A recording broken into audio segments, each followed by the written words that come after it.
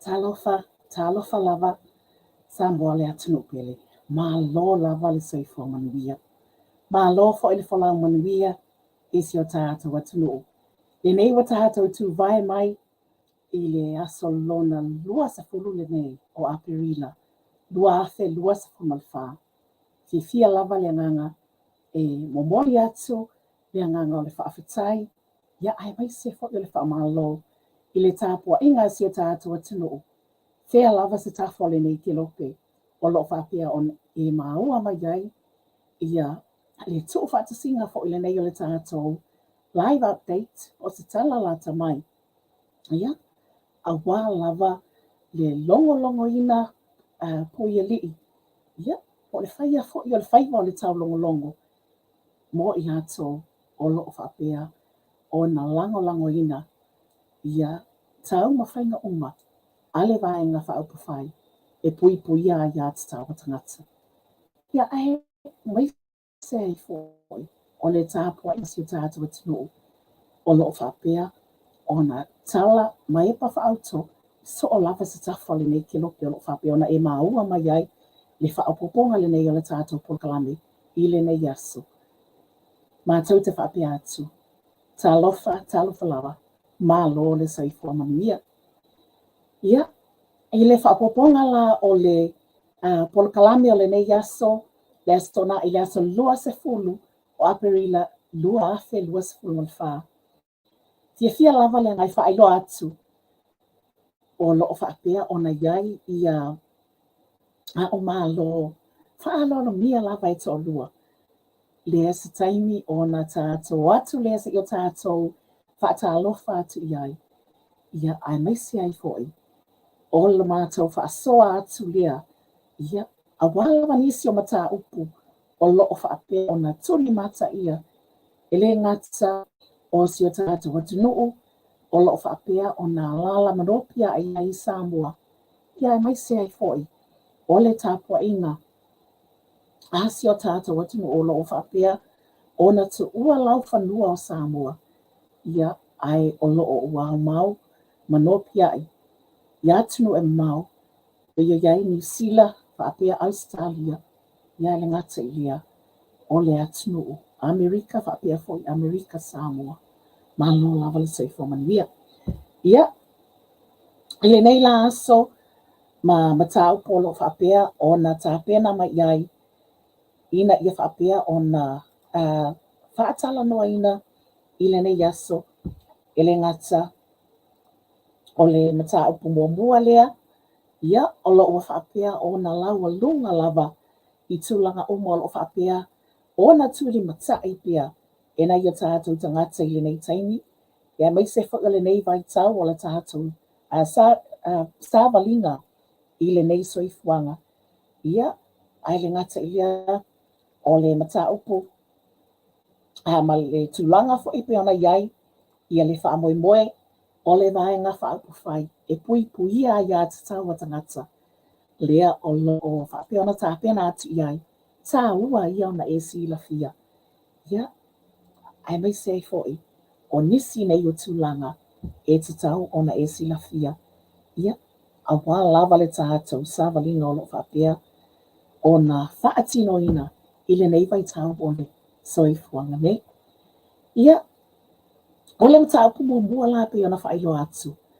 Lea ua matua tuli matai lava i le ngata o si o tātou atuna o lo whapea o na lala manopia iai i tonu o New Zealand. Ia ai o se mata upu foi o lo o whaapea o na matua i manino lava le au mainga o le fina ngalo o le awhionga le taitai o le vaenga whaupu whai e pui a ia te tau o tangata. Ia a wā lava lo na lango ina o le mata upu lea o lo o ua whaapea o na alo atu iai le mauta whono po le pāle mene fo ia New Zealand. Ina ia toe whaatala noa ina, ma toe lau liliwina, ia ma toe whaafoi le tūlanga. Pei ona iai, ia le tūlanga i le Citizenship po le tūla whono, o lo o ua mawhai, o na Citizenship iai, Manga va amole Citizenship New Zealand ia i latou uma na soifua nei Samoa i le vā o le tausanga tasiiva lua ono ia e maise o le tausanga tasiiva whaiva. Ia molo silafia la Samoa ua maea o na whaatinoina le whaitaunga mua o le tulafono tau whaofi. Pei ona o alo atu iai ia le Parlemene New Zealand i le nei vai tau. Na whaatinoina lea i le aso, lulu le aso se fulu o Aperila, lua afe lua se funu i wha, ma ua whaapea ona pāsia ina i lona whaitaunga mua. Lea la ua atuina mai ina ia whaatino ia le ngā luenga a le Select Committee pei ona tofia ina i le mautafono fo i New Zealand. La tau te ilo ina ia tulaga o submissions ia po o fina ngalo fo'i e lango ina po ni fina ngalo fo'i la tau te le lango ina ma mafuanga ia le tulafono tau whaofi pei ona i lumamea ia po o lo whapea ona ta oto fo'i panga ia awa lava le nei vai tau o la tātou sāwalina.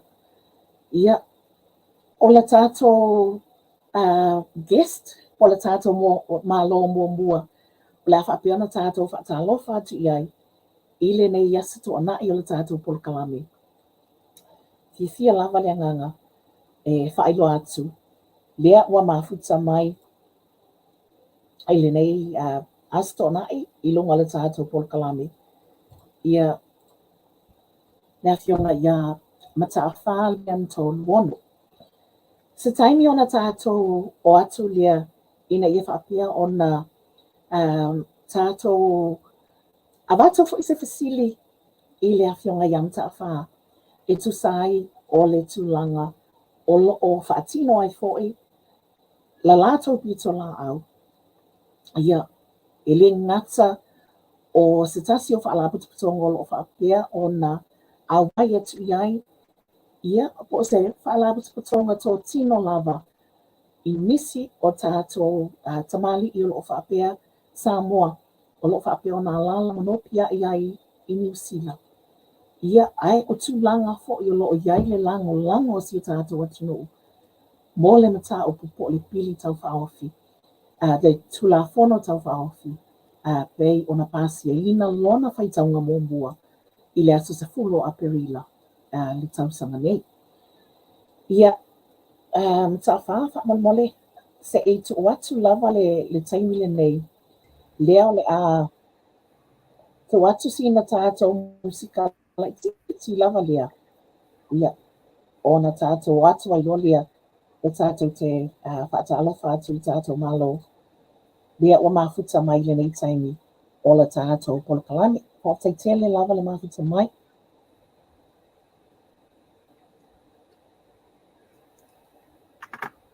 Ia, talofa wafsuanga po e maua mai au whamurmur.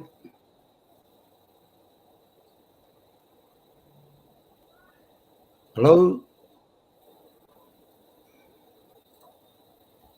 Malo whaatai tele lava mtawha.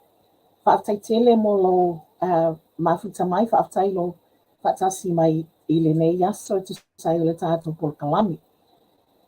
Ia, e iei le talitonunga. Ina ne i iai lava ia se sasi o le tātou whaatamtaina. Ia, ona avea lea ia matulanga. I ono lape ai fo i le tātou sota ina. Ia, ai o le nei taimi, ei ona iai la tātou whaati, le tātou whailoa inga. Ma le tātou sota inga lea na whaatio ina i le taimi wa mawai.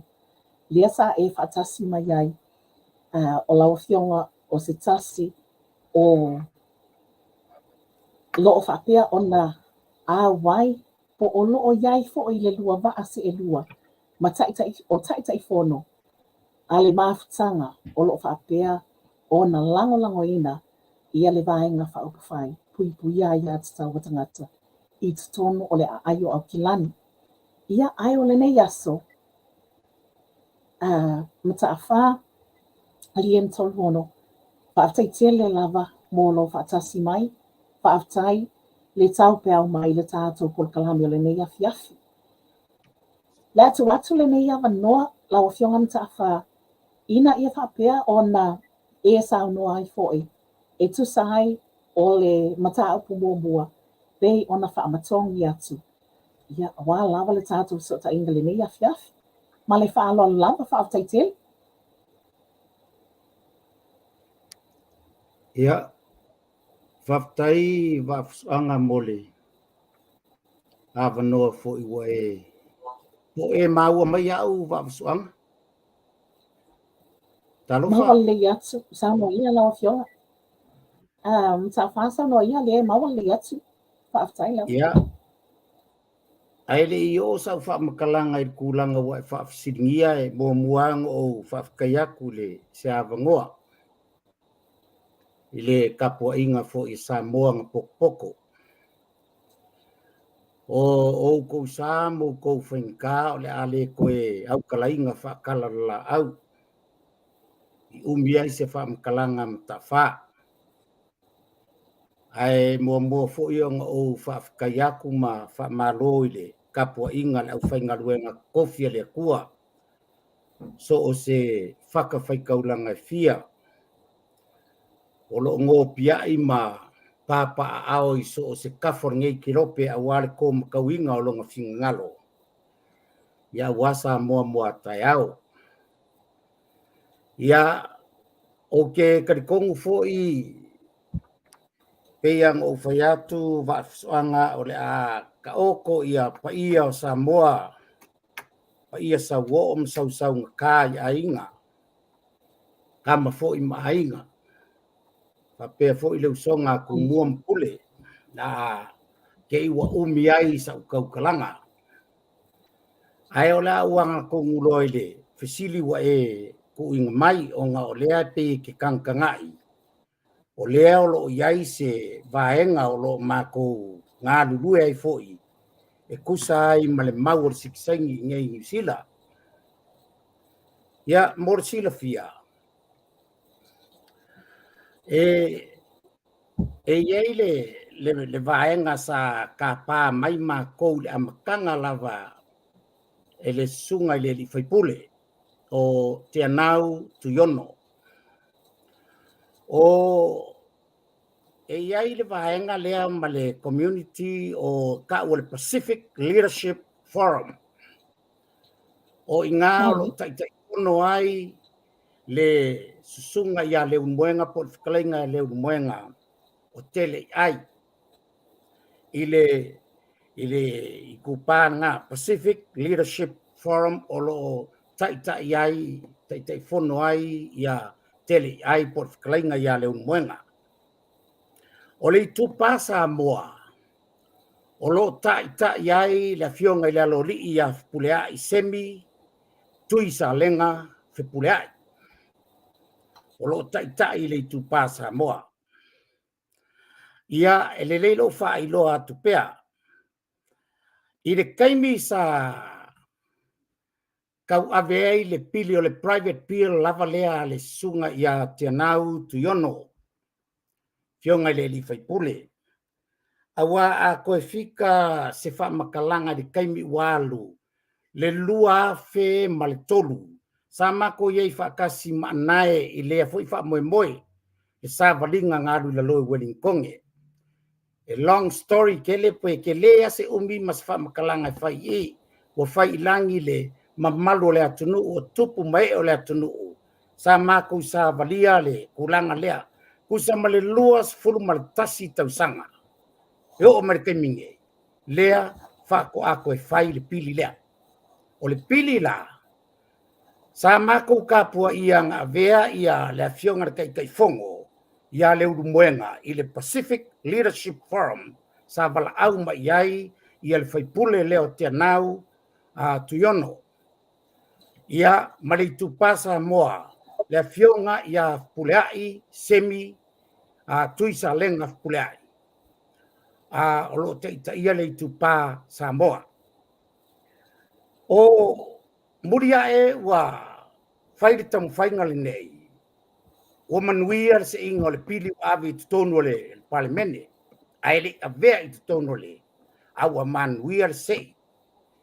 Sa matou val au loa i le sunga ia savea. O savea e fai lau tusi i le fono faufautua a Samoa i tonu au kilangi. Sa val au fo i le sunga le fai au malolo man malo.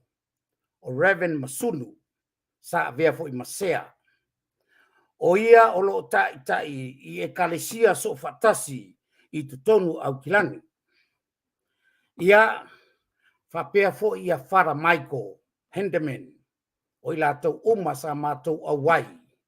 O lea ua manuia le pili a te anau tuiono. Ua mātou wheiloai i le official whaipule i Tail City, whai ere mātou whewhawha inga. Sa uka ua le kaimi lea sa māko wheiloai ai ua manguia le sei, kulai maripili. E leo ngi vaenga wha ufai e koe a mai kaimi lea. O Samoa atoa o le a kaumwhai e la langa umai kuia. Koe la langa le mea sa mako sa valia le lua afe maltolu. Do o kaimi ngai se lau, se fulu valu, wafe tangata Samoa sa sangi. Airi manguia. O ke mangkua kaimi ngai. Ko kele fo iai fo ingisi wa. Wai kukongo le parlemengi sai kukongo le parlemengi Samoa. Sa mako ward sa vali lea. Kele fo ingisi kupuma. E ole akungu kamalim fale poru kofia. Ua fai le langi le lako kuringasia. Lea lako ako e kau le langar. Kai mingei. O sa ufam kalanga la lea vaku. Lea ua uma o le afionga le faipule ya tianau tuyono. O lo direct so kai mai ya mako ngai. Mora kam fai ngal pidi ngai. O lo to e sea foi le afionga le faipule mo le lua le tolu vaiaso.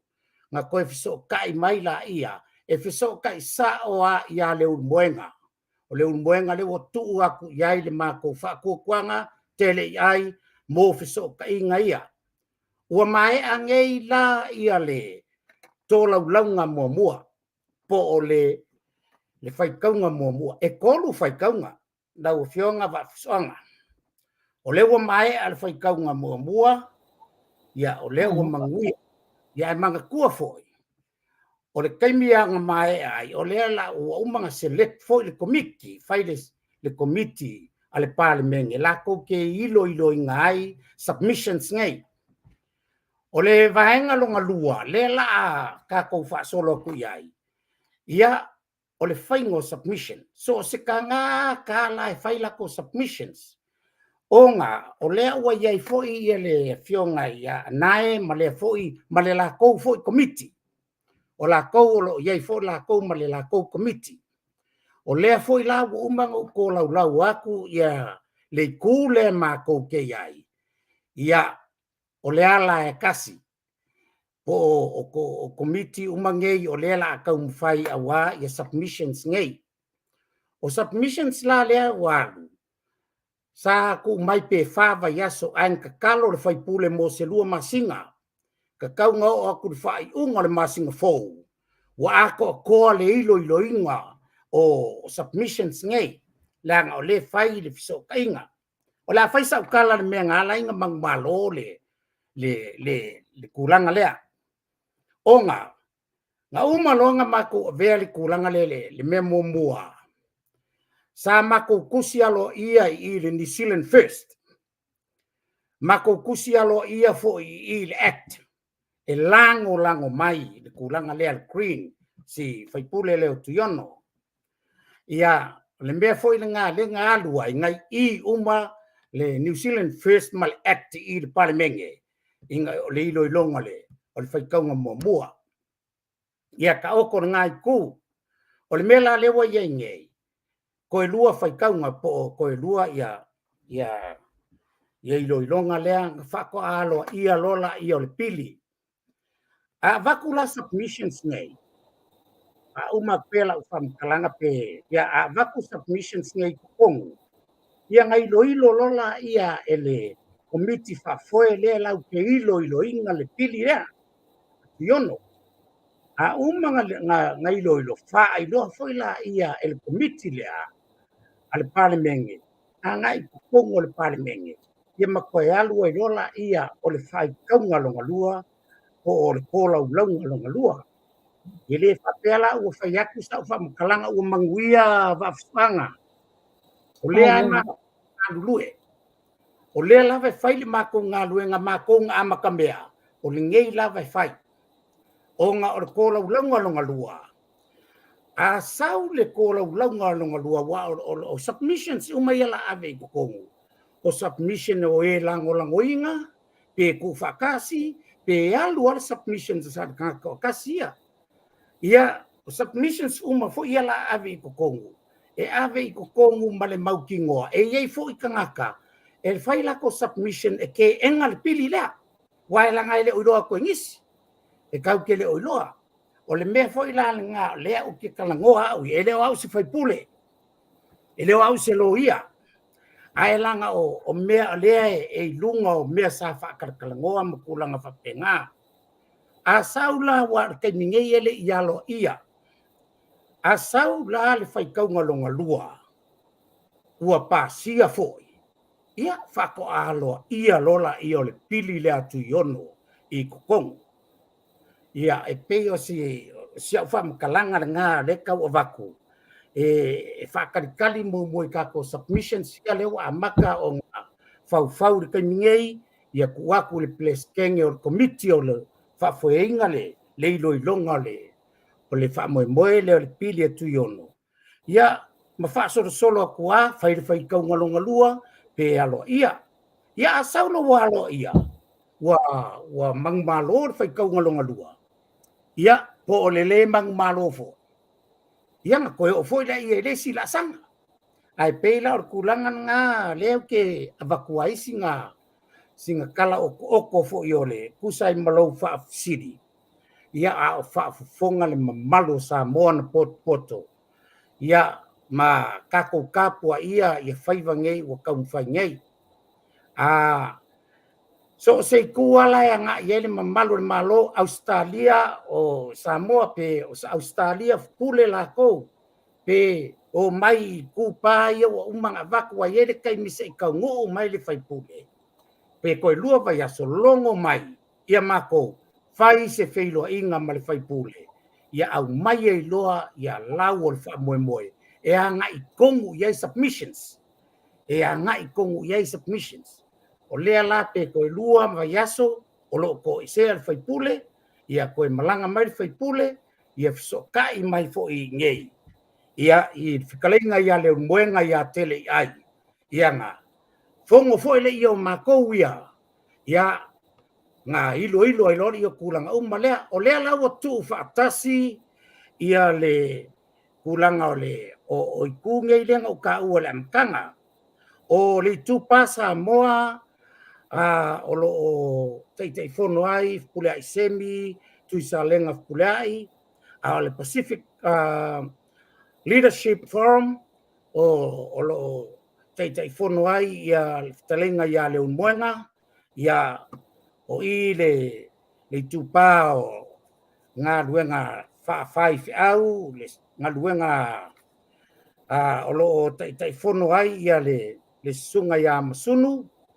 i ekalesia so fatasi nei au kilani ia ma le fionga ia patele Fara Michael ia o i o le fono fautua ia o savea o lo tulai mai o ia o le failau tusi o le fono fautua i tutonu i au kilani ia o le fo wa iai manisi o lo wa mai anga i ese mai ai le fionga le tawaanga ia anae afanae o malanga foi komiti ele i tu fatasia la komiti umanei ai to afanae o lele i o mai tonu le matou komiti ia o ngā whai e lola i o kulanga lewo ka ua kua wa kau foi ngā ai uma ia submissions ia la ave i kongu ia ma whai e loa ia le ilonga le committee whaafoe al palemene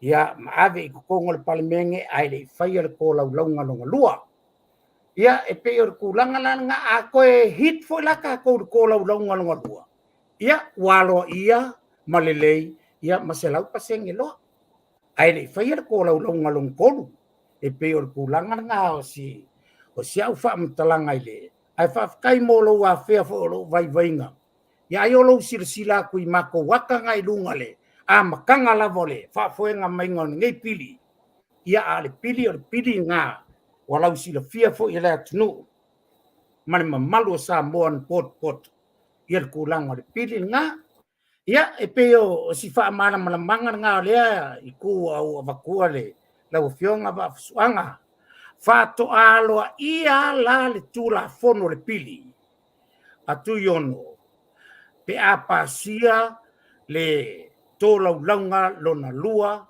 ma le longa kon fa ko alo ia i loa ia ai ka kau lue ako uma ia malo fa lo lava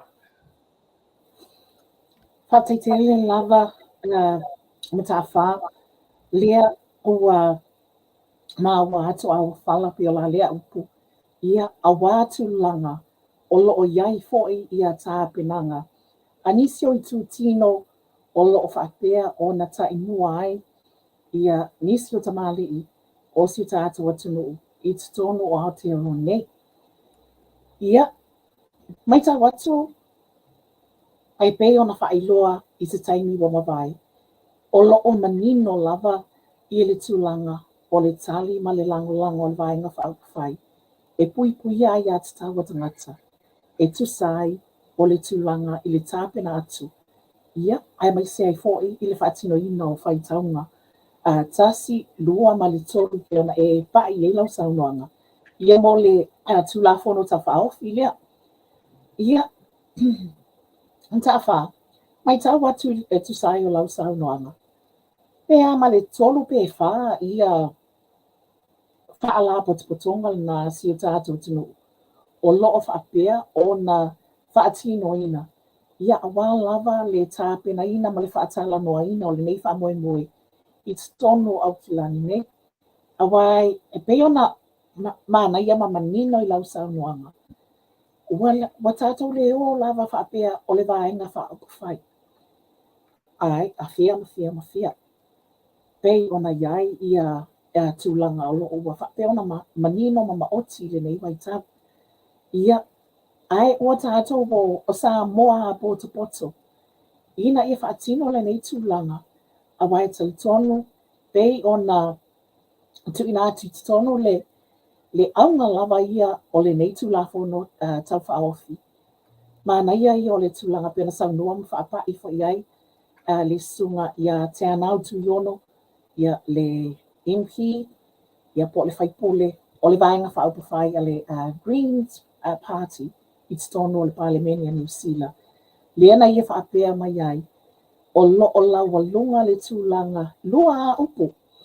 Fairness and justice. Ina ia whaapea ona iai ma whaatino ino se tūlanga ia fair.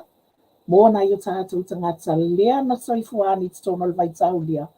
Ia ma ia maua foi le tūlanga o le whaatino ino o le ani o tonu.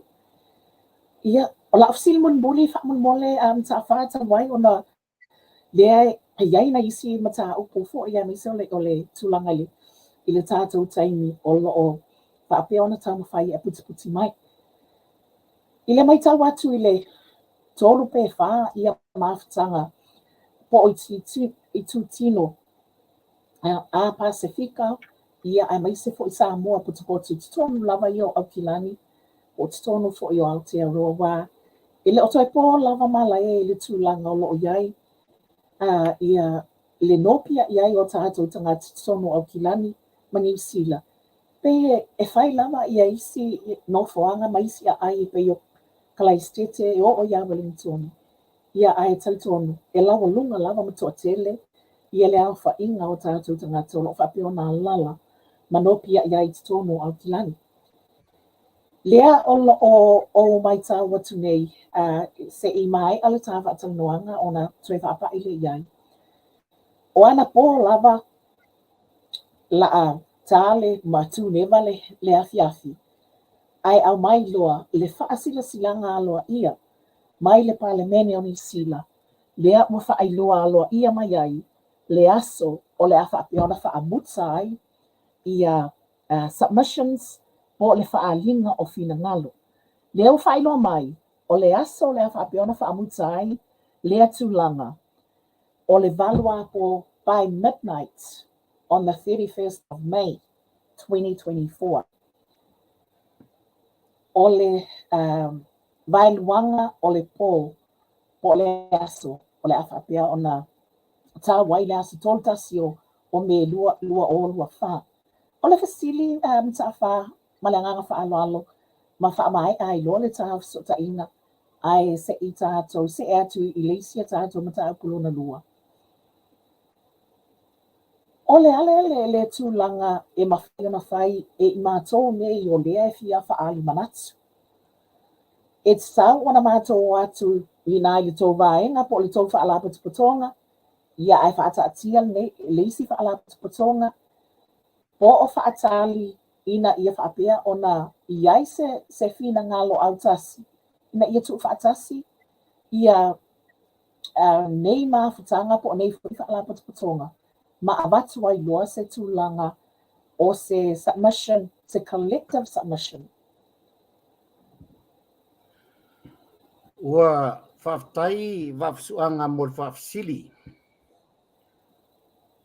Ua o ta ua tūlanga umo whaala patonga ia sa whai taimi mō mua ma o tō lau atu le taimi mō mua. Leanga sa mātou whaatali a anae I le taimi umo mua. E le I awai mai anae. A whaifo whaafonga mai a whionga ia anae. E le I awai mai I le taimi nā. Ai ina ua manuia le pili le nei. Ia sa tau mawhai e tū whaatasia. Pei no whai atu. Lewa tū whaatasi le whono whautua. Ia o loo iai sa vea. Mawhai lau tusi ai sa vea. Ia mai tupā ia le au whai ngaluenga tutofia le atua e kalisia so whatasi. O tu whatasi uma, toi paua leo le komiti, o lea ngai whai ala tau o anae ma le la tau foi komiti. O lau fisili la, e tu sahape e te fia ngai a anae ma le la kou komiti, e le ise mea o iai. O le ala lava e tasi e o uma lava il tūlanga I le ilongo submissions ngai la fai. Ia pe tau te fia susu mai foi I le tūlanga lewa o whaamalau atunga. Fiso ta ia leftalainga ia le umuenga. Ia por sunga foi ia savea. O lo fa fuea ia le tū lea le mau. O tū fatasi foi mātou. Ia o le usonga fo ia tu mua mpule le sa veai ma ua ma le umuenga. E whai matapua inga I ile. Le wha moe lea, leo manuia. O leo ku whakasi a. Ku whakasi. Ai e le aia se senga o ia anae. Ma le la tau foi komiti. Ia ma le ngai mai foi. Wai ese ia tūlanga foi le la matu ta penga iai. O le mea le leile tu whaatasi. Sa talo sanga I le leitu lea. O mai o le fuli umai I le tūlanga le wai whafsiri ai. Wafsuanga. O le tūlanga le ngā le e tau mo whai. E o mai tu whatasi. Ai o tūlanga umo submissions le ai e o umai le parliament. E submissions. A o lea e iai ia le tūlanga. Toi le iropo le vai as foto ngai lua vai as lea to se ai fai pule vala au mai lo wa le wa mau tinoa o le fai unga le masina fo e fa ngata o mai submissions ia na fai lola I ole au mai lola i ole o le tūlanga e hanga i e submissions. O le mele nā le e fo i le tū lea. A wailanga o le tala noa mai le fai pule ia mātou. I tūlanga mai a inga e tauna iai. E pe ole o mea sasao a iu te avatua ele o ni mea whaporkiki. O mea sasao a. E leo ke leo kalangoa le whaporkiki. O leo ke kalangoa i le kūlanga sao e kau ngā ruai. O leo ke kalangoa i le kūlanga. Leanga o le i ia. Ia o ke le whaiakua sesi whamkalanga. O submission sa ia pe anga ia anae. Fionga kawaanga. O le kulanga nga le ia tau o tangata. Pe anga o wae o submissions nga. I ko kongole. O le committee whafoe le i longa submissions. Ai e iai kue kakau fo in kako kiro. E au mai sao ai whaipule. Ia ngai vaenga fo ie. E malosi ai le kako lango mare e ser kako fau mar kako ese fo i mea e kalangoa sa o mai atu iono o le fai pule lai ko kongo le moka tu iono fo i nga ke me sa o lava pe umi pe pupu ia le fa punga le fai ngar submissions ai ia wako lai a ngoa o lai le ia e pe o siau ele a fainga le anga io ia nae ma le lako foi komiki ele a fainga foi le anga i mai langa lele i ku fa kasia le kai ngai ai bo manga mako kalangoa foi le la komiki ku fa kasi kai ai le awai mai i kai mi sa fa penga la ave le pili kong e pe o siau fa mala manga nga ele se senga ai ngi ke wa fai kau ese ko kuila maape le e alua le po i o ma submissions ngai ko ngol parliament ai ore ese senga o le fai masau ye fai pule mamako kalangoa issues kongwai e alua i mele ia malo fa lo lava va anga nei taimi ole afiafi Whātaitele lava mta whā. Le ngata na momoli atu whātaitele mo le whaawanoa mai o le taimi tā au o lawa fionga. Ia a wala lava le tūlanga pe ona iei le tā whaasua le nei afiafi mo le polo kalame. Ia ina ia whapea o na longo puia lii si o tātou atunu ai maise lava i le nei mata o puta aua o loo ua whapea o na turi matai e nai o tātou tangata i le ngata i la tau lea o loo whapea na nopia iai mālala i tonu o New Zealand nei. Ia, ai o nai o tātou tangata Samoa poto loo whapea o na whaia le whai wale tāponga. Ia, i tonu o lawa mamauta iai maise i si o tātou atunu. Mta wha, whaftaitele e te tonu e whaiaso le atua se taimi o i luma ia e le ngata i nā lea ua manino le aso le awhapeona whaangata ai ia submissions. Ia ile talitonunga le awhapeona mawai fo i seisi awanua ina ia tātou toe whaatalanua ai malawa fionga. Ia maise fo ia nisi o sui o whaalaputuputonga o loo whapea o na o tō loto iai ia awa lava ia tau mawhaina pe ona loo alo atu iai. Manu te leina lava ia fōwhanga o molinea fiafi ia ai maise fo i le whaatapena le aso sapati a tai au. Whaaftaite le lava le mawhata mai ta wha. Ia, whaaftai at fo i lau fionga whaafsuanga mo se awanoa fo i mase vai lo nei fo i tangata i whaafsiri wa e tu mai ia kawia ia ngā lofa le akua pule kele. Ia mai a whaamanguyanga mo kakauma. Inga ia manguia ai fo i le kaumwhainga o le awha moe ma lea pili le mamalu se a tātou watunu o lo ngō piai ma lala i ngei a kungu ia e mai se fo i le kulanga o ngai a kākou ainga ia manguia fo i le asa paki a kai au i lau a fionga wa fusuanga langa ngā fo i ai po kalame o lo fuafua ni ngei a fiafi ia manguia kele ni ngei a fiafi le alofa ma le anga leo le kua ia soifua ma ia manguia wafsanga. Whaftai, mōlo wawanua tāua e ona whaatino i nai le sota inga le nei afiafi a la wafionga in ta wha tō wha soifua ina mo le nei taimi. Ia, le nāwa e whaafonga mai si tātou atunu i tusai o le sota inga na whaatino ina ma la wafionga ia ma ta wha ia mtoluono.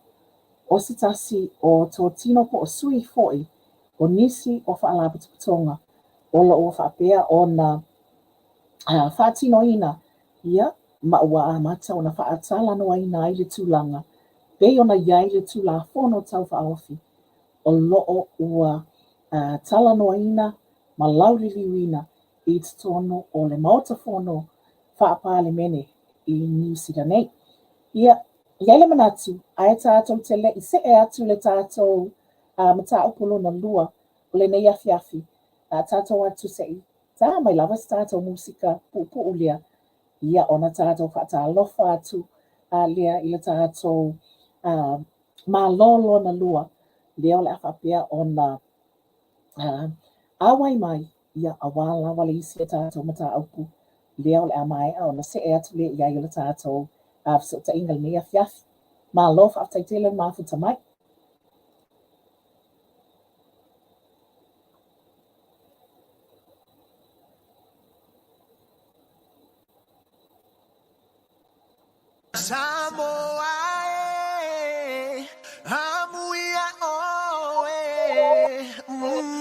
Watauru umale manuia lomfa amoe moe.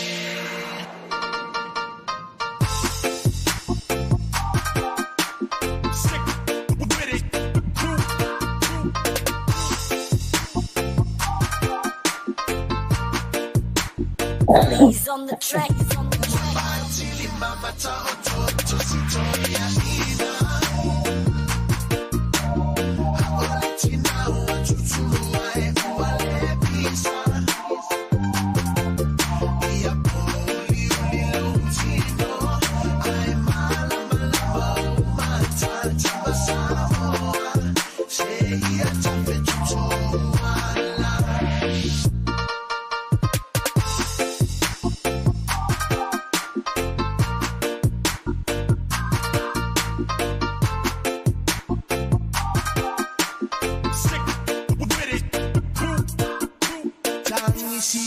Ila ulu se ba yangoto olela malema sina olo wangse to olo upale uale so uabuchusi ala ufa solo ele faya so uloto aelo ita ile fa alo awe darling so ya te fa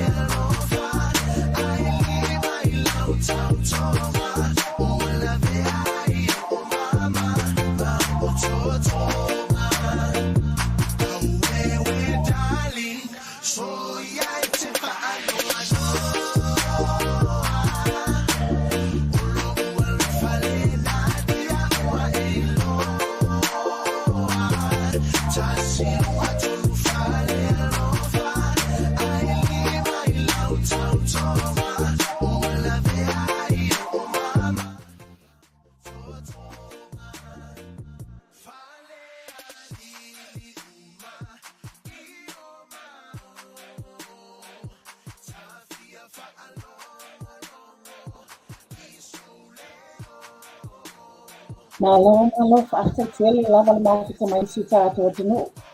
Lea wa mai tawati tainga le wati. Le nei afiafi le nei. O le asito na i le aso lua se fulu. O Aperila lua afe lua se fulu ma le wha. Ia, lea o atoe se fulu ma le 5 minute. Ona taina leo le itu lai 5. Ia i mātou i au ki lani po o New Zealand nei.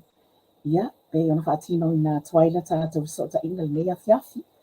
Ai fia lava la le ngaga whaailoa atu, ia, ma le ngaga whaaloalo lava, lea ua mafuta mai le nei taimi, ia le awhionga ia matawheo, atoa, aiatia, pira pētaia. Ia, mo lo silafia sa mo le atunupele, o le awhionga ia matawheo, ia, o se tasi, o tino mātutua, o le mafutanga a aukilani. Ia po le mafutanga foi, o lo whapea o na lango ina, ia le vaenga whaupawhai, e pui a ia te taua tangata. Ia, lea o lo o lato ngā whatau limaina, i le nei taimi, le tāpena ina, o se tasi o whaamoe moe tā ua lava, lo o whapea o na alo atu i le vaenga whaupawhai, i le nei vai tau sanga. Ia, fia lava la le nganga e whaatalofa atu ma le nganga whaaloalo, i lau whionga matawheo, i le nei taimi, o le awhiawhi. Tu atu le nei awanoa, se i whapeona e whai ei sau whaatalofa pupu, i si tātou atunu o lo whapea, o na e patāpua i mai, ia ai tātou le se e atu atu sai, o le mata upu ma le whaamoe moe, o lo o ua whaatino ina, i le tāwsuta ina, i le nei taimi, o le awhiawhi ma le nganga whaaloalo whaatai.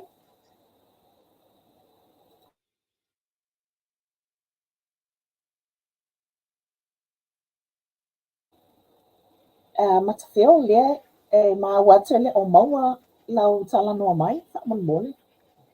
Matawheo se eito e siaki ane lavale. Ia, e whapea nei lava ia whesota inga whaona kone. Paule ele tāla sanga whaamon mole, mau mai pia lau o na sai.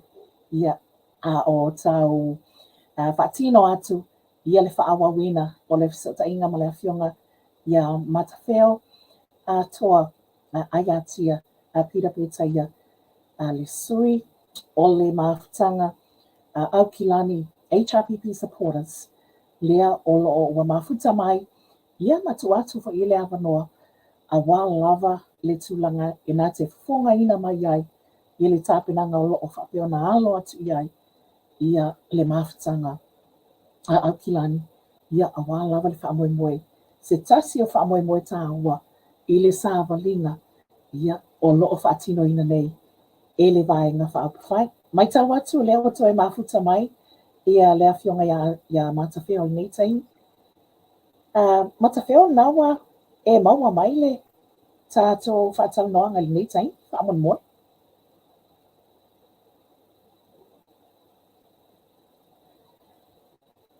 E le o maua atu lau si ufonga i nei taimi. Se i siake an le whaamon moe le wale mai tau atu le o mitinga le sota inga.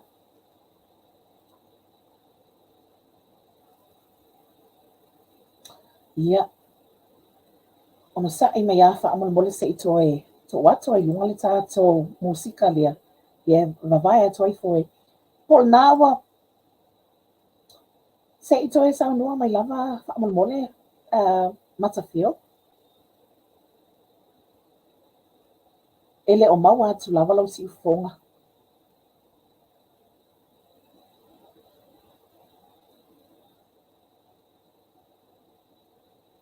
Matawheo ele o maua atu lau si ufonga whaamon mole lava. Ia, mau mai pele to vai. Sa mole atu no pele se i tau vai atu lava masinia mātou ia i nei. Ia. Ia. Leo le ato e tu ina atu le tātou musika lea. Ia awa lava lau tāpua inga le nei taimi o le awhiawhi. Ona to e whaatino ina i lua lea. Ma to e tau mawhai atu tātou whasota ina. Ma le awhionga ia matawheo i le nei taimi. O le tātou polkalame. O loo whapeona wha ngā solo. I le awa mai whaalolo tele whaafutai.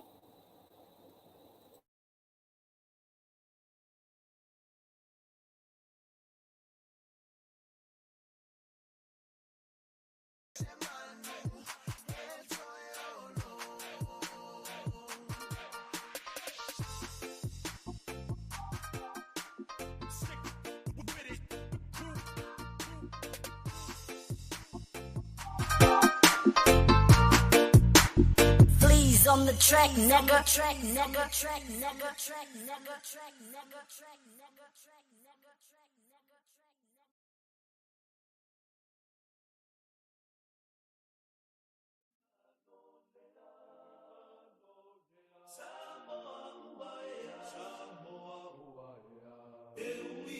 Tele tau sama o tatali pei o le mai o le nai tulangi Samoa ele nei wau mai whaali ali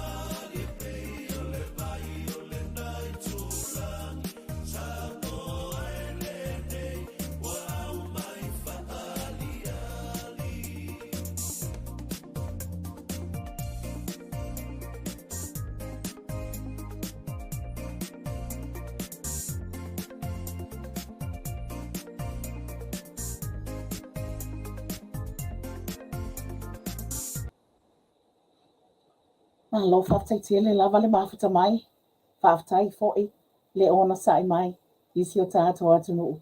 Ia a o taun whai atu lava le tātou so ta inga malafionga ia mata whio. Ia awa lava le neiva haenga tā ua le tātou pokalame. Tā lo wha mata whio po nawa e maua mai le tātou so ta inga.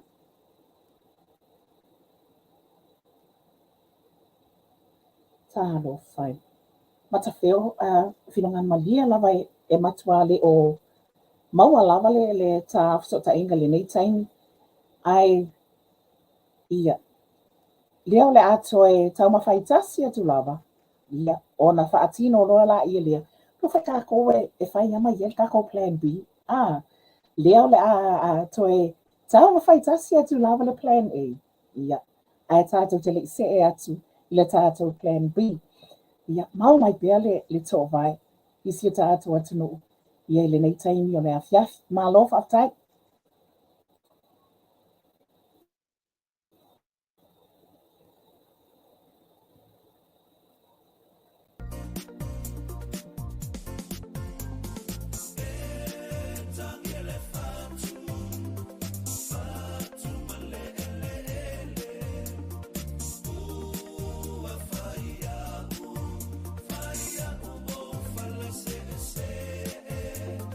Samoa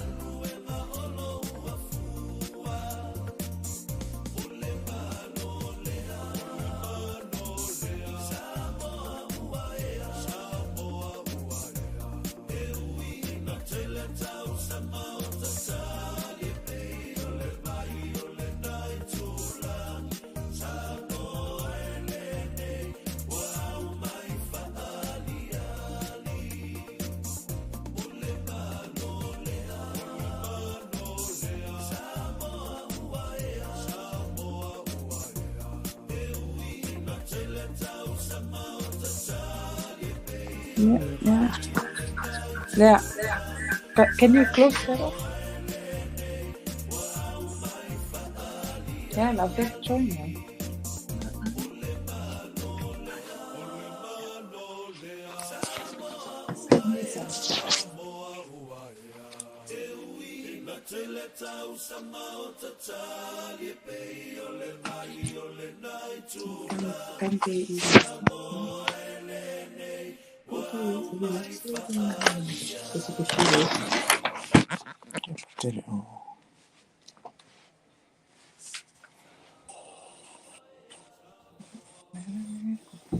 Malo whaaftaitele lava le mawhita mai si tātou tunu. Mai tā watu, mai taimi, o le watu, o tu sai le tātou so ta inga. Koe lua ni te, ona ka ina lea o le tu lai lima, ia I mātou, I New Zealand nei, pe ona iei le tātou so ta inga o lo whape ona whaatino ina, I le nei a fiafi. Ia, ai fia lava la lea nganga, I le mai tā watu, lea ua mawhai, ona maua le so ta inga ma le fionga, ia mata wheo, a toa, aia tia, pira pe taia. Ma lora sei whamanuia mata wheo, whaaftaitele lava le mawhita mai. Ya, lange ma fatal fatu hana na wafsuanga na to sete tua na ulue mailo wow na maua a. Lea ua makua jai, whai mai ita mai tia mātou kupono. Ai. Ma lo lava. Whaftai wasuanga ia la au tong whai tuia ona o leo te mātau le tātou taimi. Ia ai mai se foi ia mol silafia le malo lau au whaafonga ia tua I tu e whaiwa foi tātou le nei e fiafi Nisi o fontanga alwaing whai o alo ti ai. Pe tae ai I alu loa ia tauna ufa pe atu. O lea ua mana ia le whaalongolongo atu I le saunoanga foi le se tasi o taitai o le tātou waing whai HRPP au kilani nei ia le fionga I am ta whātu wono. Le wha ua mai ono lua talanoa I tūlanga o Nisi o mta upu. Whapes whamtalanga I le fasilies whamtalanga I le saunoanga am ta whao le nau mai ona pailango pa ia masani o le tātou tunu. Ia paua o lea ona o le taimi mua le nei ua tala noa ai wafisoanga I lunga o lau porkalame malea la leo. Ia ne ia vea ma lape o le au ona nei. Ia taua na saua le wā. Ia whaatulo watu I le au whafonga le nei e fiafi.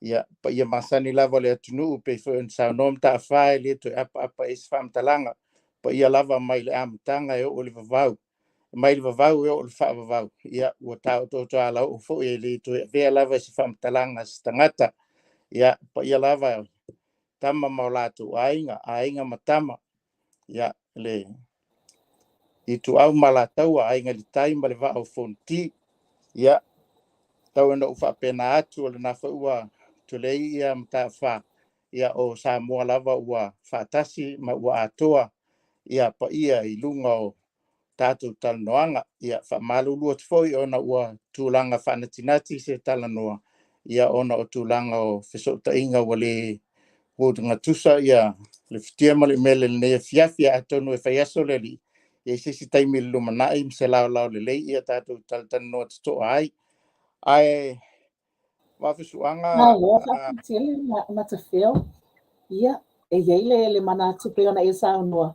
Ia se o le ponga lava lea o so ta inga wha ne yona po. E ui te lava vave. Ia, kai me kau slow wai. Ai. Ia, ai. E pei e awai ana isi vaenga. E pesta iawa le simoso o ia mātou mai ngā o mga I Nisi o taimi. Ia, ai so ia. E talitonu. E iai lava ia tūlanga whaapea e tupu.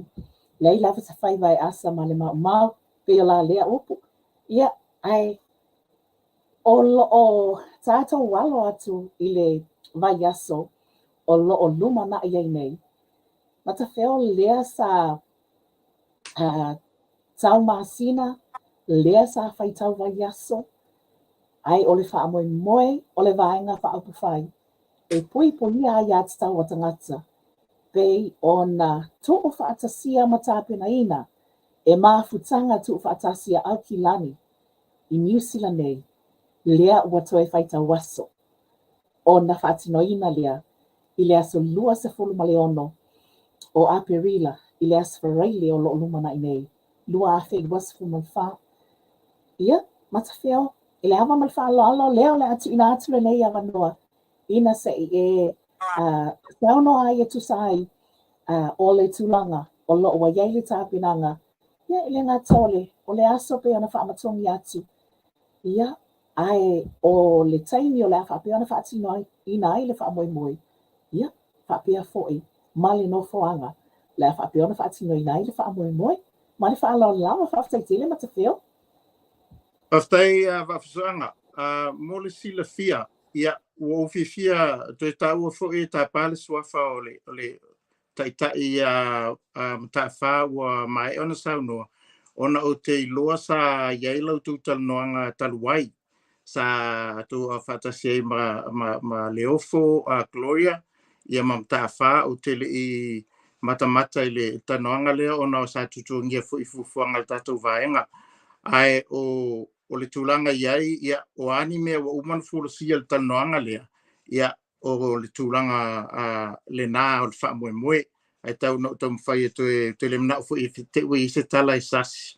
Ona le fia finei sa sauni mai le tatou le tatanoanga ona o le mta upu le Citizenship.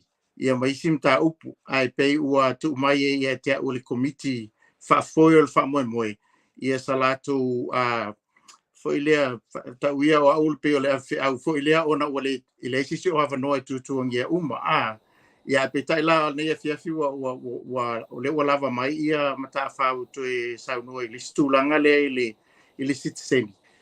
E ila nai mea na no ufi whapopo atu iai wafusuanga whamolmoli Maria lava. Ia okay lea. Ma lo whaftai matawheo. Ia le tautonunga se taimi i le isi 2 minute. Ia le ata whaapa ia i le tūlanga le nā. Ia ma whaamai a tuai tātou polkalame.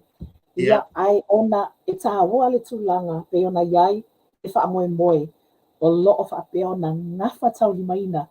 Ele mawhutanga tu whaatasi au kilani. HRPP supporters, lona tāpena ina.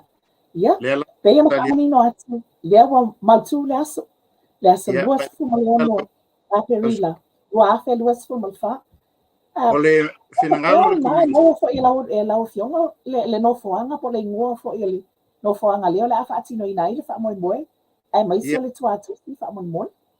Afa pupu wa o le sporeile le asau ia le tatou whaamoemoe i tai le Cordis Hotel. Le sa avea ma Sheraton. Ia to tele silafia uma i lunga la titi mai au le University o Kilani. O le Cordis Hotel e whai ai o lona address o le Valusum Maltolu Simon Street. Ia e mawhaia i lātou e mawhaina whaongaina computer o na Google fo i lea. Ia maua tonu ai le address. O le taimi e te tala ai ia whai te toa o le kuata e te aile ono. Mo le amata tonu lava i le tau le fitu i le afiafi. Taluai ona e pensi le fia talanoa tu al tūlanga le tatou au langolango mai o le awai mai o mai ona whaatau la tu tickets ia amata tonu wa le ngaluenga MCs i le tau le fitu ia olona winga tau no foia uma ai le i taina le fitu po le kuata le fitu. So ta tala fekto ali te o le kuata te ai le ono whaamole.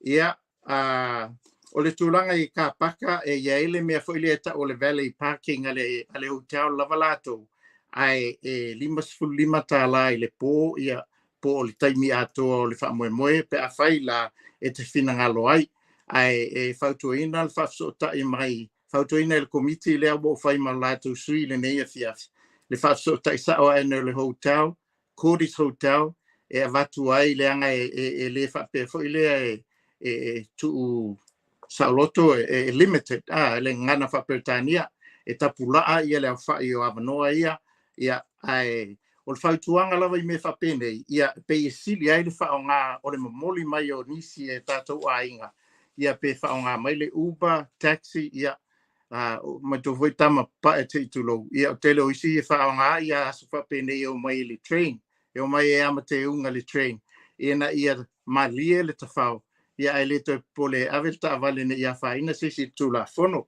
ia ai o loo iai ia faina so ta mai o loo iai ka paka masani fo ia la tane le ale Wilsons ia pesa ili fo ilunga o penga tafa ilang ia paka ia ion sa valiane le se tulo ile fa mo ile po ia pe o le tulanga le va fusuanga sisi mea o pa o le tulanga ala tu tau le o le la e formal e pule ale tangata i lona la e le wha mafaina se lanu lo manino lava o le tātou vaeng wha upufai ia pe lilifa le lanu moana ai o le te unga a li imtamai ta i lepo le ai pe ia o le bol fo i le pule ale tangata o se whate ta inga la tamai o au ia whailo usuti uliuli pa ma lo bautai ia pe o se la vale fa apulpula to ile tulanga wa ia tato fa mo ile so to na ia ona mata ke wo la fa wat ai fo mo kwa ia so ta so le wa ta pe na mai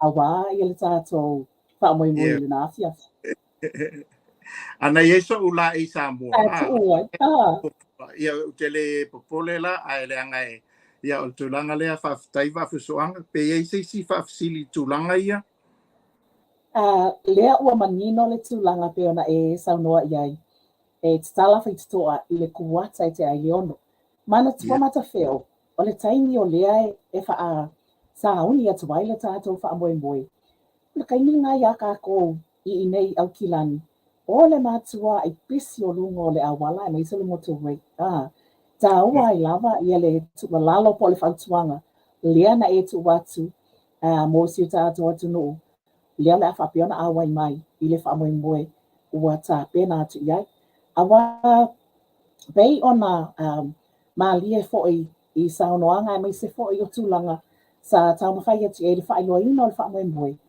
o makua sold out ia tickets tato it's been a sold out event mai lava i le vai yaso na fa pia ona a matatu fa tickets o le i mai ia le masina o February se ia pa ia mai lava le nei vai yaso wa makua su tickets ka ngaka di matafio ia ai ta ua fo i o le tulanga pe ona avatu ai le fa manatsu awa a fai lava o iai le fa moe ina ia tātou tangata ina ia au mai pe alo sa ma fa ngā mai pe alo sa ia awa lava le whemalanga i mai ai mo le fa tino ina o le fa moe ia ma pa au mai ai fo i mo le fa moe it's tau ona tāua ma tāua lava ona e kawa fai o tātou wea lalai i South Auckland tauna na tā ne le lima pe tā le wha ua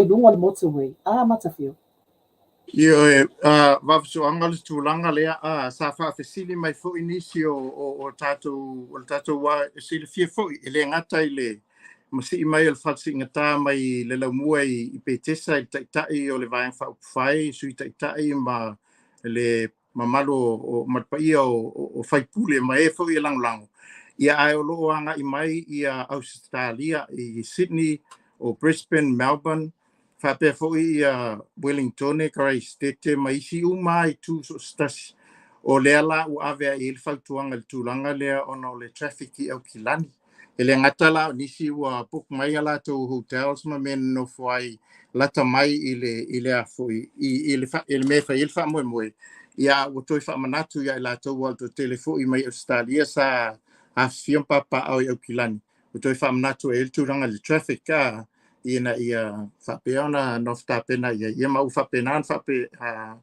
ona pe wa fa lo mai la no saun ia sa le ia o va suanga le tulanga ma love aftai e tā ua ona show le ticket e tā te aluatu mata i te nā fiafi ina ia mawhai ona tau lufale ai ia le lava suanga o tulanga le tauna tau au pele ticket i me masani lava wa lo ia tanga te lumo ile fight to e la tau te sekina tickets matu ina fo i me fo i o coupons awa ia vai tau mafa e se mai vai tau mafa ai lunga o le laulau o le FFNA o le ato e talanoa e fo infa mamlama le komiti le fontele al aulangolango ia nisi tulaga ai o le silafia o le astona i fapenei le vai aso taluai sa fai ai le fataitaʻiga foʻi lea a le tau e run through i mea faapea lea pe o le mele te tāua nei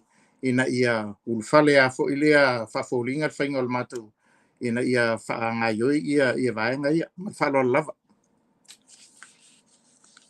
e le tulaga i Ai, ma pakeo toe tasi le tulaga lea fia tu atu se fasili.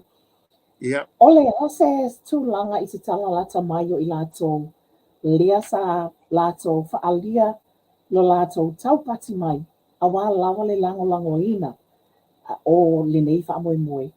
O maua mai lau fionga se talisi o i latou o lo faapea ona sponsaina lenei faamoemoe ma le faaloalo lava. aftai wafsuanga o le tulaga iai e peia foʻi le mea umasani ai tatou e pei foʻi lea o toe minute a se tala lata mai faafaiogofia ai le gagana e ono saputu mai ai nisi e faailoa latou sponsors ae mo le taimi nei ia naʻu taʻua lega o aiaiga foʻi ia o e tuuina mai a latou tupe fesoasoani ese mai e o loo faatau a latou laulau ia o pea ona faaleo atu mo lenei taimi pei o le pato le tio mai latou e iai ia vaega e tolu foʻi lea taʻu o le gold sponsor o le silver sponsor ia ma le bronze i le taimi nei o loo iai le gold sponsor le fioga ia tui faasina ona po tui faasina misa ma le faletua iā talosaga ai o lupotea o le alii faipule pe on silafia o le tatou vaega ia ua malōlou i lenei vaitau ia o le la ia o loo iai foʻi le sponsor mai le fioga i le faipule po le tumaitaʻi minista taluai o faimālō kika stowers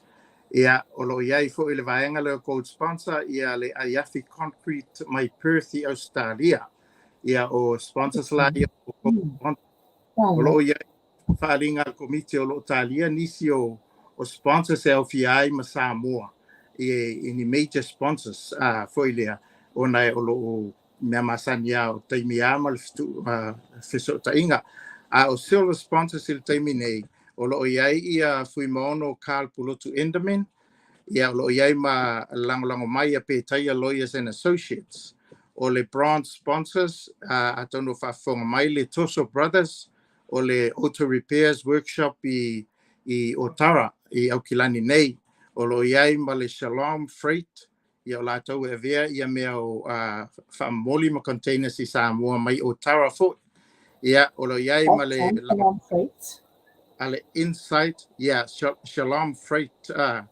ia o loo iai la ma le lagolago a le Insight Consultancy Limited ia po le company le fioga ia maiava Viscota Peteru ia tauan faaumatu le antu mai ia te au special acknowledgement sa tauna fai walaga o le au faagasolo ia tulaga o le faamoemoe ia o le Manea Homestay o le company ia e vai saua mai asaga i savai ia o latou lea o loo printinga ia materials o le faamoemoe ia ona faapea lea ma le Lower Bay ia po o lau company o lua ma lua alii ia e le tau faailoaina le tele o le sao le Lower Bay le gata i Samoa o New Zealand nei ma le lalolagi i fuafuaga a le HRPP ia i le gata i tapenaga o promotions ia nisi tulaga ia ma le lastly o le maoto viiga mai Sydney Australia ia o loo faapea foʻi lo latou sao i le faalauiloaina o lenei faamoemoe ia e maise le faamoemoe e auai mai e puʻina foʻi nisi o mea o le faamoemoe le HRPP i lea po ia pe ona ufai atu o loo faatali nisi o sponsors e tele ua uma ona faailoa mai ia ai leʻi foʻi lea e leʻi iloga ona faatino mai ia pei a latagalia la faailoa uma ai le po lea auai le gata i lolomi o i luga o materials foʻi lea ia e faapea foʻi ona faaali mai i luga o le screen foʻi lea i le taimi o le i totonu o le mea o le a faatino ai le faamoemoe Ia, ole oto tonga tule ole vaenga fa mole va fusuanga malo fa lo tele. Malo whawhetele lava malo saunua matawheo. Ile le talitonunga. Ile nei lava vai aso o tātou sauni atuai. Mo le aso wharaile. Le aso o lo o whapiona taupoina mo le nei lava wha amoe moe tāua. Ia la awhai fwe matu watu na ia tātou posters. I lunga o le tātou i tu lau le nei po le official page a le HRPP. Ia, ina ia mawhai o na whaamanatu atu ai lea tūlanga. Ia a o tāpena atu ai mo le whaamoe moe. Ia matoe whaalau I loa tili ai. Ia leanga le lei ma le lango malosi. Ua whapea o na ngafa tau limaina I le komiti o loo lātou whaamoe ina. Ia le whaamoe moe. O loo alo atu iai. Ia, o iei seisi tūlanga o loo whapea ona e fia saunua ai. Ai tā tele I whaase e se atu ma lea ma tā upu wai. Pea na maali ai lau saunoanga matawheo. Ko wawha iei. O kau whaiwhi au mai le awa inga le komiki I lau whionga ma tu umai ma eu mai fo le whainole o le noticinga ia e fufonga ina mai. Ma lo whaafutai la. Whaftai wa fusuanga, ia le ai upu masani a tātou, vai a malima nei, pauale mea e se lilia le telo nisi teimi, te wa avelo tanau nau, ile ufi. Te wa avele alofa ia Samoa male I sau pipi, ia ai matau mai le komiti, ia ma whaitau mai. E leo seisi ai tu, ia na uofo tu ai, ia mai lau tau matau atu o tau pisi. Ia le whae le ina whutpafa pisi ia taitai, ia le fionga ia ta fato lono ia ma le fionga ia fitelenga ia luflufi ia maduo te fono lisi tu o te logo uma na whamanino uma tūlanga ia lela no whai atu e patatal noanga ia mai e te alu te whae mua wai tupe lau tau tala ia lela wa ova tupe nei e fiafi ono al tātou taimi e pauasi mea si o te fia pai iai a wafsuanga whapulpuli o le mta upulea na ino ai nei ia matafa il tūlanga le o Citizenship o te fia whatawaina le lau saunoanga fui pe le lango ia matua le tal noi lungo le platform po le tal noanga ale lo pe lango ina le ia sao ma me fai le HRPP o le tūlanga la tau le history po le talaanga o le mtaupu ia le to e som talanga o lo manino ama wana fale asa tu ya mai finngalo le tunu a tonu fo yesi sia no se la lu mana inta tu tal no a to so ale ya ina ya fa mam maina ai ola u pick up po le me te fia amata mai ai man tu ale na sa no sa le tai ya yo le tu ngai o le na failana to sanga tal waina fi mai ia tu le na ia fa ali no finngalo ya mato o le amana o te la langal ta upu nei ai whaaftai o le whai ua toe whaatino I nei ai a tātou I whaipule pe ena iai ia ele fionga I le li whaipule mai la tukuki o tai anau tu yono le ala o whamanino e mta whaatu langa ia ese fo il mane alo whalongolongo atu I le whamanga mai ia o taitai ale tunu ua masani mai ta te whaatutua ina e pe o pulea e matele ai sa vea malato uma ia e paule information sa ia ta ule vai aso talo nei o le information ta wala mai le vaenga le e ia anai ia e la email ia na tu ina mai e tau pe na tu ina tu o tofilau tasivalu@gmail.com ia tātou wa vave alta tofilau 18@gmail.com ia matone.peseta@pmn.co.nz ia male numeral telefoni o le o valselau o 5 le lan sau noa ia le fionga mtafa o le vaenga lea e iai ia le fionga ia anai afa anai ia ele se sio vaenga ia o fape o afia ile terminei va fesuanga ai pe en silafia o la o fo ile mtafa yo e feso ta ima me tau tula fono Pauala la o fa mafa o te lango ina vaenga uma nei toa o lango ina ona e pe ansa no tuila epa e ave uma submissions ia tau mafaisi o tato tunu e lango me nei ai sea because hana mal tato o fa longo au fa fonga ole silafia foi le me le tula fono tau fa ofi po le pio a le pasia lona vaenga mua lona faitonga mua e mutai ai na ai whaftai le lofa le lia mai se le ngā pātia o tamali inei o amaleli faipule o le walu i le faitonga lona lua o le faitonga pito i tā ua la le nei a wā a fai submissions nei ai manuia ai o lona winga e na onto e mai ai tutono o le pale mene o le faitonga lona tolu e peina o ni teuteunga ai wai loa o le apasia le tulafono ai a fai le submissions ma le unga o le faitonga lona lua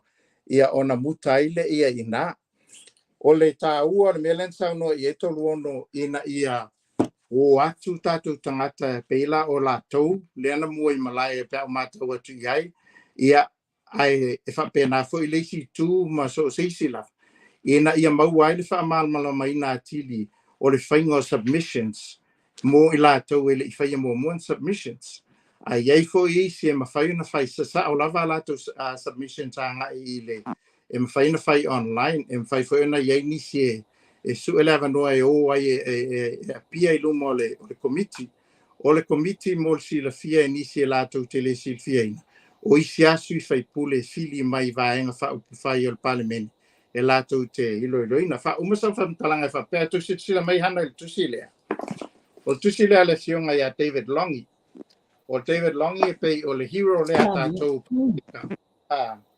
ia sa vea palemia o le tusi lea David Longi o lo tala noa mai ia i le tūlanga o le background o mea nei ma tulafono nei le valu lua sa e tele atala whapolkiki fo i lea whapea o le national ma le labour ma lea ai e iai le tūtāua o le tulafono na pei au whaatasia iai behind the scenes ia tangata i te anga e le tātou writer anga i le Citizenship o le winga la lau tāla e whapupu o tuai ono le taimi whaini submissions nana tā ua e mtafa e lenga o submissions e lango tulafono e tele submissions a papalangi ma isi tu a inga e te le tulafono e mawhai na tu i tutono o le winga la lea o whai atu ai wha mole lea o ia lo puata mwhai ngā a o le nganga ina ia tātou loto whaatasi ma ngā lulue whaatasi sa mua uma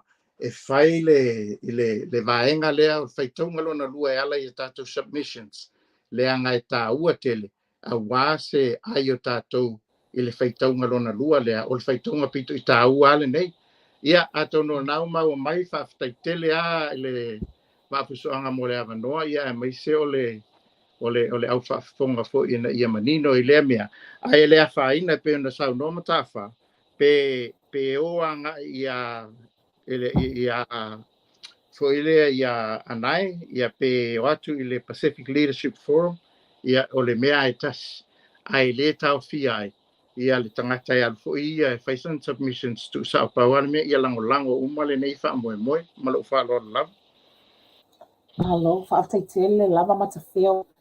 E lese mata o poe la i titi lona ngā whatau li maina.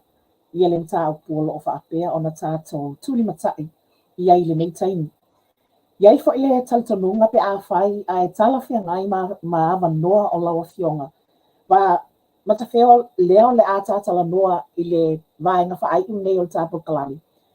I lo tūlanga le wa whaakea ese ia le tūlanga leana na whai se au mai iai se i tā whaonga ina le upu whaingo fie. Ia le komiti a mai se wale mawhitanga au kilani. Ia mo le fufonga ina o la lātou whaamoe moe. Lea le atu ese le e lopu lou le nā o lawa fionga o le isi o member o tino mātitu o le tātou mawhitanga. Ia a leo le ata se e atu loa i lo tūlanga o lawa fionga o se tasi o li i lo ia ua leva ona e ngalua i tūlanga o le tūlafono ia ai mai se lava i tonu o New Zealand nei. Lea wa mai tau watu pe ona maalie I lau saunoanga. I le tūlanga I tā penanga ai mai se lava I submissions. O lea au whai tau atu mone nei taimi. Ona pēna whailoa atu le taimi wa mawai a o mafuta maila fionga am tā wha. Ana pō lava just before midnight. I land my yole le updates lea I lunga o le website a le pāle mene o New Zealand. Leo o iai ma le whasi silanga whasa moa leo lo whapea mai iai. O le aso tolu tasi o me. Se I whaitawa tupea le salalanga lea whamanmole. Whaali so manatu I le Restoring Citizenship removed by Citizenship Western Samoa Act 1982 bill. What's tala I le taitei whono a le Governance and Administration Committee avanoa. E tuina mai e manatu.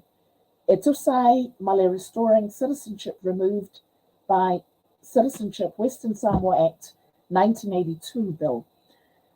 O le tūla whono tau whaofi e solo iai le Citizenship Western Samoa Act 1982. O le amawhai e fo e tangata o na whaaleo ngā ina Citizenship New Zealand. I lalo o le tūla whono tasi iwa walulua. O na talo sa ngā ina ai atu tau. E maua ai Citizenship New Zealand. E umi ia o le whaasalonga lea matawheo ai tau na whaamatongi atu mo le nei taimi. Lea o lo o whainoa mai ai. O le mawai ai o le vai luanga. O le astoltasi o me, lua afe, lua sifol malwhalo, na mainga tai whātasi aso. O na whaamutaina lea o le awanua, o lo watu ina mai. Ia, mo tūlanga o le awatu ai, ia whina ngalo, malangona po submissions. O na ia tātou tangata, e tusa ai o le whaamoe moe. Ia, lea wha mai tau atu, o le Select Committee lea ua filifilia e le Parlemene, e taua lea o le Governance and Administration Committee. Pēra e whaapa ai ei lau saunoanga, o le Select Committee, e tasi 235 ona fitu. Fitu ia members o le Parlemene o lo o iai. Lea mai taua tu foi, e lua ia members o le Labour Party o lo o iai. Lua members o le National Party. Tasi le member o le Green Party. Tasi le member o le National, o le New Zealand First Party. O lo whapea ona iai. Ia, nā tasi le Samoa, le tātou whaipo le Samoa, lo whapea ona iai. O le sui lea o le Labour Party.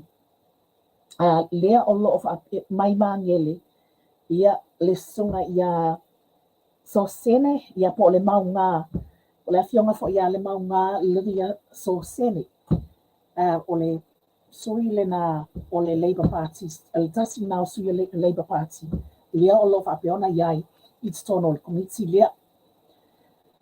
Atoa, e tā ua ia o le tūlanga lea, wala atu iai, le isi la sanga.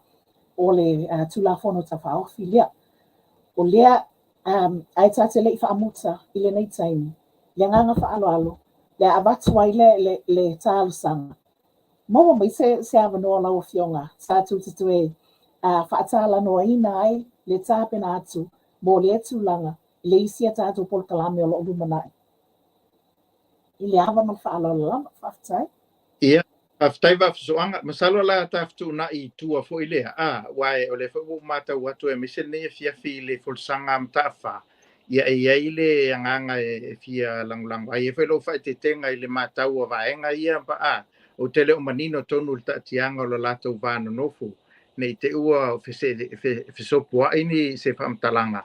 Ia ma latou tāpenanga. Ai e ia le anganga I whifsosoani pe whape tūlanga lea wafsoanga. Ai pe o leo te lenga nao le anganga le te whaitua I neia fiafi o manua maua le avanoa. I lau mai tau atu I tua foi lea. Tatia ia o le ta ua uma vaenga. Ai o le aunga pe tau nom ta fa tau nu ale metas o le tatu tau nu o le tatu submissions e le ngata ia lava ia iai submissions mai tu ta ua ne ia sa o ma le lei ona fai o wa le ia ona le manuia lea o le taumawhaiga ma lau whaaloalo a le tulaga ia le whaatalo e taimi o lumanai ia o la ta sota'i ai tulaga lea whaamolemole wafsoaga Malo whaftai.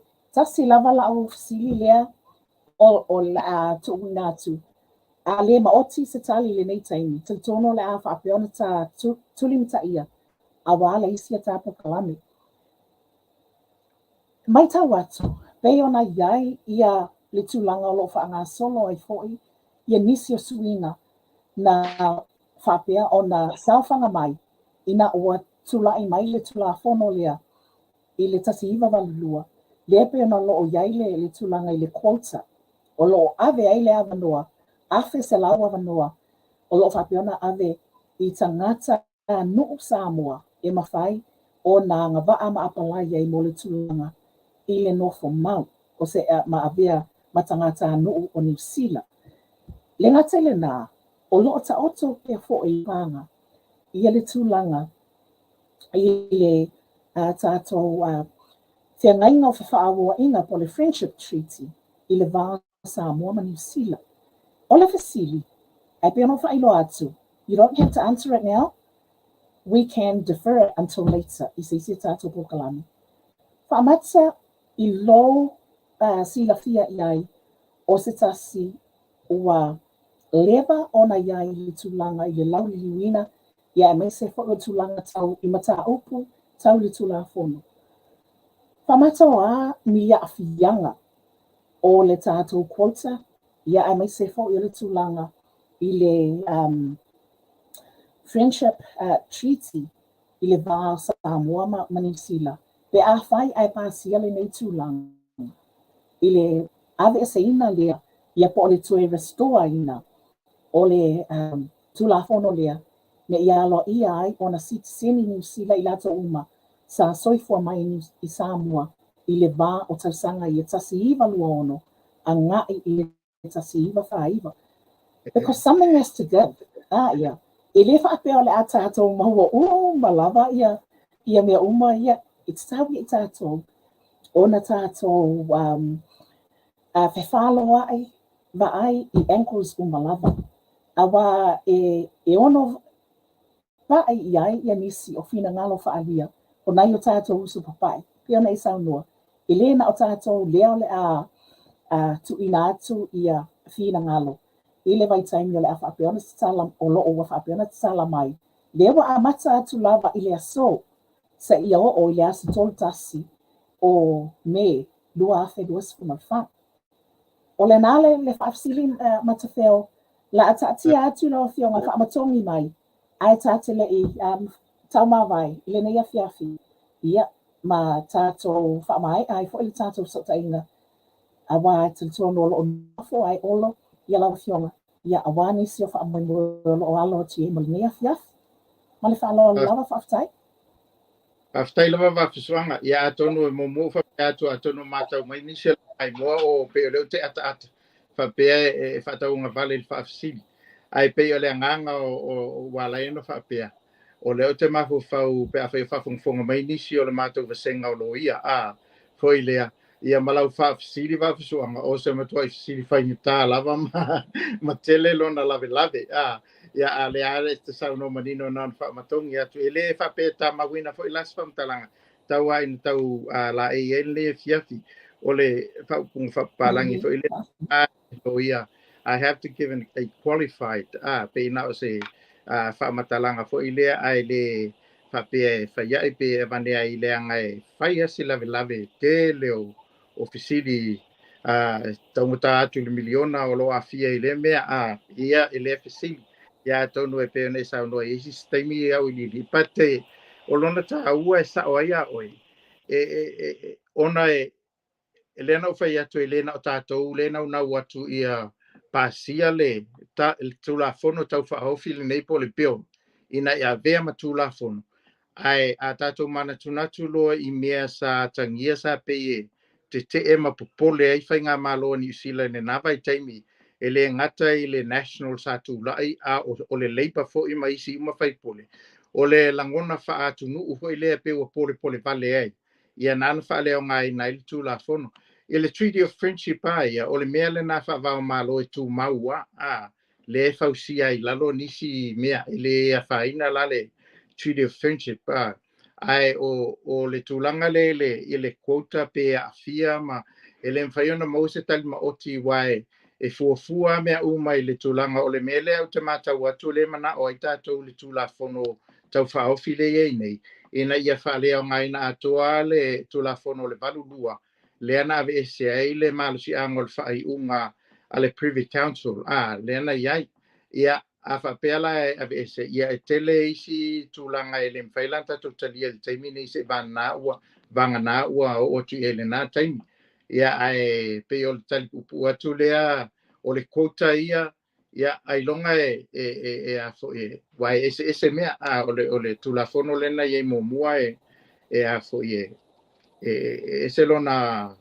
fatino ai le quota o le mea na whanau mai lalo o le tulanga lena so tailo iai po fetonu e pau iai pe o le tali whalo ia lena ai ta ua ale mea lena ta ua le mea lena sa no ta fa o vaenga nei a tātou ua iai le Pacific Leadership Forum ia mauna I tūtino uma ma le sifoi vaenga lea o te loa o ta ua a fia taita iai anai lupu matasila asa anai ma le iai isi vaenga na e a fo tofi lau nina ia whapefoi mai ava o loo ia lātou le silafia e whatontonu ai ia tātou tāpenanga o submissions ina ia ao ngama ia maua le ai a wala ia le tātou whamoemoe lona o te lenga ia me foi nā lena sa no mai tu la epa e whamarosi au atu ia tātou umala o whai ia submissions o au foi la ia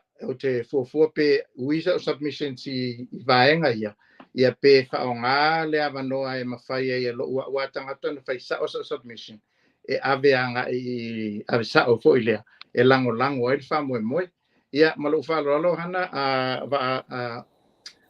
va pusuanga Malo whaatai lava matawheo.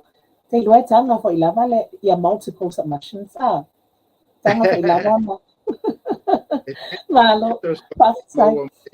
I vaenga ia pe atala noa ia matulanga umo whapena wai o foi whaonga ina o sota inga whaona pōnei a iai se tamapos tina matua tua mai o lo ngase e le mawhai ona whaise submission pe tala ao I Wellington e apia I lumo komiti e mwhai an whaonga ia sota inga pe o mele tato ki whaonga ina tulanga lea ia na whapena atu e whawhetai mo whasili whafsonga Malo whaatai tiel e lava te mamoli atu ia le nganga o le whawhetai ma le whamalo I lawa fionga I le aliloia matawheo atoa ai atia pira pitaia e tusai o le whaavanoa ina mai o lo taimi tāua I le nei afiafi ia awa lava ia li tulanga ina ia avatu se au te lenga o le tāpenanga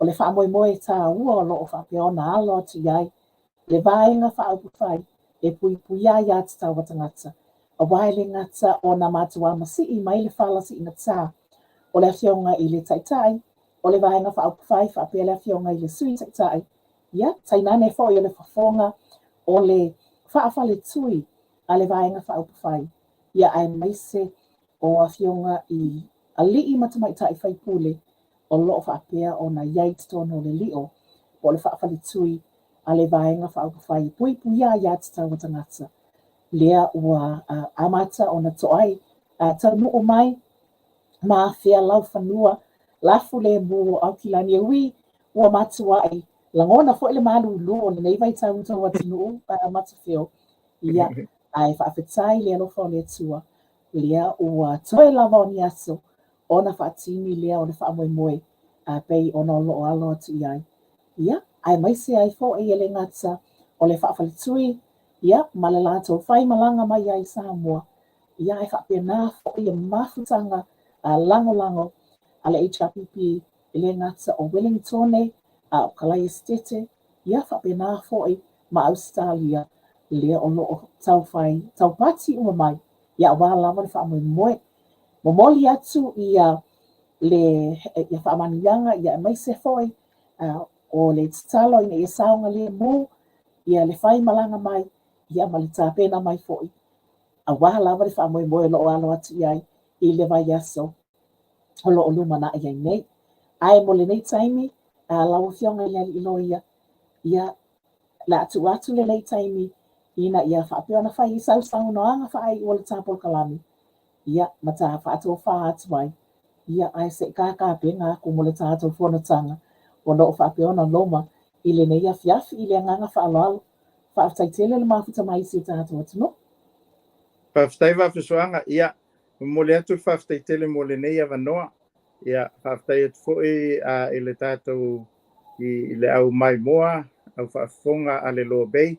Ia, whaamalulu atu fwoi o le asi whaamtalanga ua le tau i lau whaafonga ma lau sila fwoi le nei a fiafi. Ia, malu a vifale, ia, e potoare tau tai ai se le atu yama, pe o upo masani, ai Fatou fa pe atu le nei tei fatou fa soi fua atu le au whaafonga. Ia manu teleina mai lava i o wao Samoa tupu mai ia le au fue lo loa foi ma whale polo to finga. Ia teinane foi le tapua inga le au whainga lueng pa ia so se whatawhai taulanga i au tau whalitua.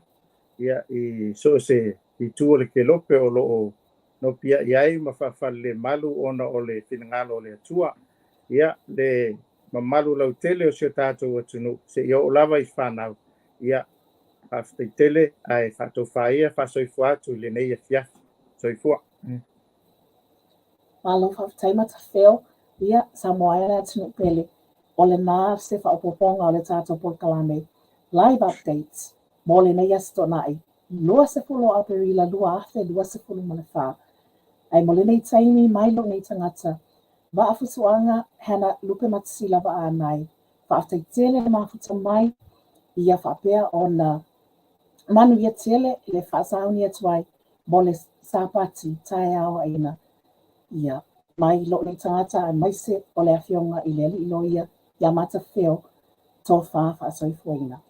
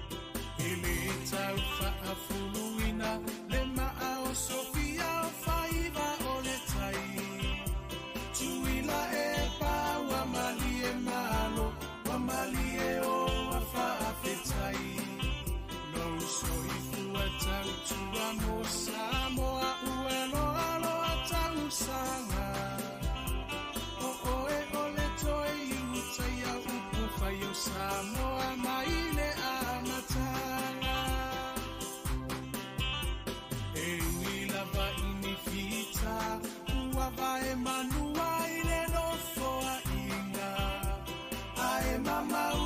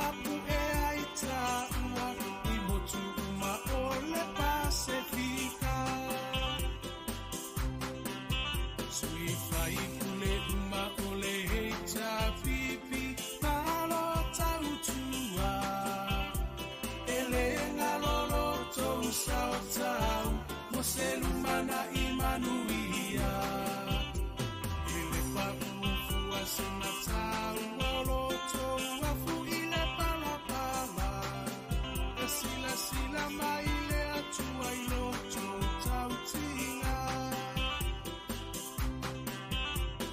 sango atula imai se itato tali sapai manuia oio lima awale melea aevi ia ile matai no finanga no fa atau sala ya mali ese ito ese usila sila lehe tabi pie tau tailo tatosa